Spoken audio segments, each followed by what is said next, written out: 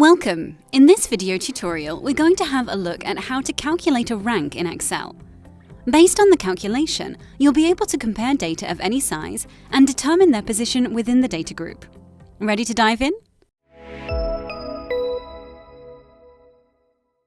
Hello and welcome to EasyClick Academy. My name's Maria, and together with our EasyClick team, we're here to make sure you'll be able to use Excel in a quick and easy way thanks to our digestible video tutorials. To rank data, first we need to click into the cell where we want to display the result. We start typing the equal sign and the first letters of the word rank, and Excel will come up with the right function suggestion immediately. Here, we need to note that the rank function is available for compatibility with Excel 2007 and earlier. Let's click on the suggested function and fill in the missing bits. First, we need to enter the number we want to calculate the rank for. This value is stored in the cell C3, which contains the information on Tommy's sales.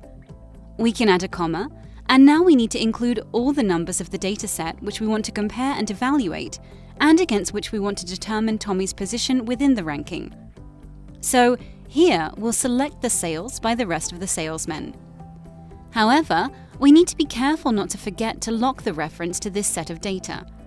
Click on C3 and press and hold the function key along with F4. Some of you don't have to use the function key. This depends on the keyboard type you're using. The $sign appeared next to the cell reference, which means that the value for calculating the rank will stay the same once the function is copied in the rows below. We use the same keys to fix the coordinates C7 to make sure that the reference to the whole area will remain unchanged.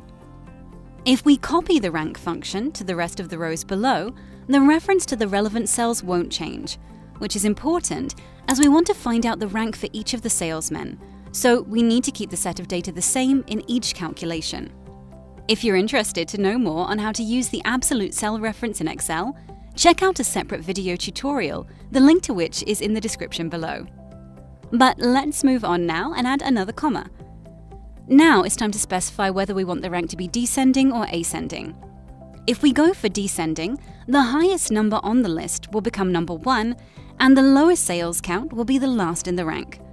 This option is set as default in Excel, so if we close the bracket at this point without adding any extra information, Excel will go on and calculate a descending rank.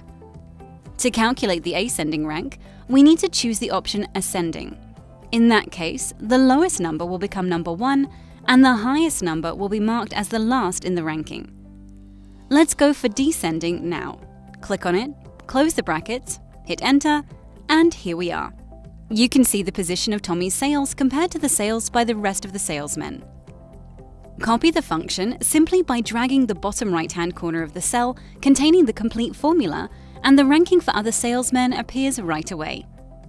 As you can see, the first one in the ranking is the salesman who got the highest number of sales, and the last one is the one with the lowest sales count, just as we wanted.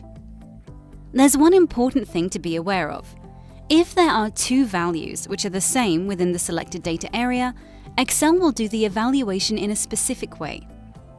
Here you can see that the third position belongs to two salesmen with the same sales counts.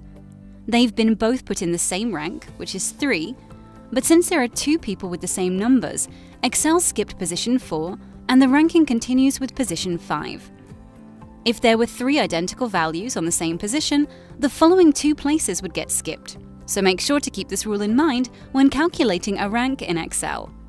If you found this tutorial helpful, give us a like and watch other video tutorials by EasyClick Academy. Learn how to use Excel in a quick and easy way. Is this your first time on EasyClick?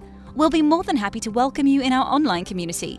Hit that subscribe button and join the Easy Clickers. Thanks for watching, and I'll see you in the next video.